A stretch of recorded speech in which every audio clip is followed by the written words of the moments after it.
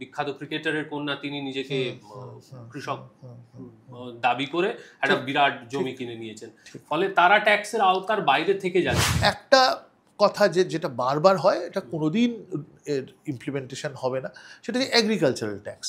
ধরুন মধ্যবিত্ত, আমরা যদি উচ্চ মধ্যবিত্ত বলি, পাঞ্জাব, হরিয়ানা, উত্তরপ্রদেশের যে চাষিরা আছেন তারা বিপুল বড় লোক, মানে তাদের মধ্যবিত্তও বলা যায় না, এতটাই বড় লোক। তারা কিন্তু এক পয়সাও ট্যাক্স দেন না।